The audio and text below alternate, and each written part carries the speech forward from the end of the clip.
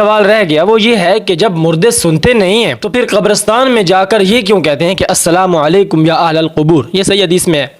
کہ جب تم قبرستان جاؤ تو یہ دعا کرو مردوں کے لیے، السلام علیکم یا اہل القبور۔ دیکھیں ہم یہ کہتے ہیں کہ یہ جو سلام ہے یہ سلام تخاطب کا نہیں ہے کہ ہم مردوں سے سلام کا جواب لینا چاہتے ہیں، یہ نہیں ہے، یہ سلام دعا ہے، ہم ان کے لیے دعا کر رہے ہیں کہ اللہ تعالیٰ تم پر سلامتی نازل کرے۔ اب یہ ہے کہ ان کو مخاطب کیوں کر رہے ہیں؟ بھائی مخاطب اس لیے کر رہے ہیں کہ رسول اللہ نے فرما دیا تو ہم مخاطب کر رہے ہیں۔ اب اس میں سنانا اگر مقصود ہے تو پھر میں آپ سے پوچھتا ہوں، اگر وہ ہماری بات سنتے ہیں تو ظاہری بات ہے جب سلام دینا سنت ہے تو جواب دینا واجب ہے،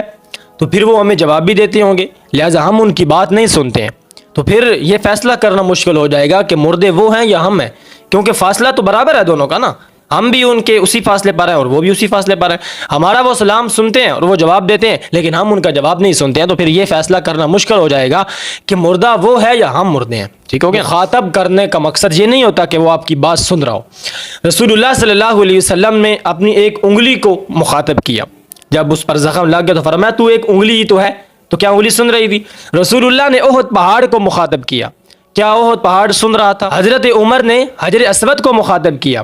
کیا حجر اسود حضرت عمر کی بات سن رہا تھا؟ اس طرح جب صبح کی نماز کے اندر مؤذن کہتا ہے کہ الصلاۃ خیر من النوم، تو اس کا جواب ہے صدقت، تو نے سچ کہا، وبررت، تو ہم یہ کہتے ہیں کہ یہ جو مخاطب ہم نے مؤذن کو کیا ہے کہ تو نے سچ کہا ہے، مؤذن ہماری بات سن رہا ہے۔ کچھ مقامات ایسے ہوتے ہیں کہ جن کے اندر مخاطب کرنا اس بات کی دلیل نہیں ہوتا کہ وہ آپ کی بات سن رہا ہے۔ جب ہم نماز پڑھتے ہیں سنتیں یا فرض، ہم دائیں طرف سلام پھیر کر دائیں طرف والی نمازیوں کو کہتے ہیں کہ السلام علیکم، کیا وہ ہماری بات سن رہے ہوتے ہیں؟ نہیں سن رہے ہوتے ہیں بھائی۔ کچھ مقامات ایسے ہوتے ہیں کہ جن مقامات پر مخاطب کر کے سنانا مقصود نہیں ہوتا، انہی میں سے ایک مقام یہ ہے جو ہم قبرستان جا کر کہتے ہیں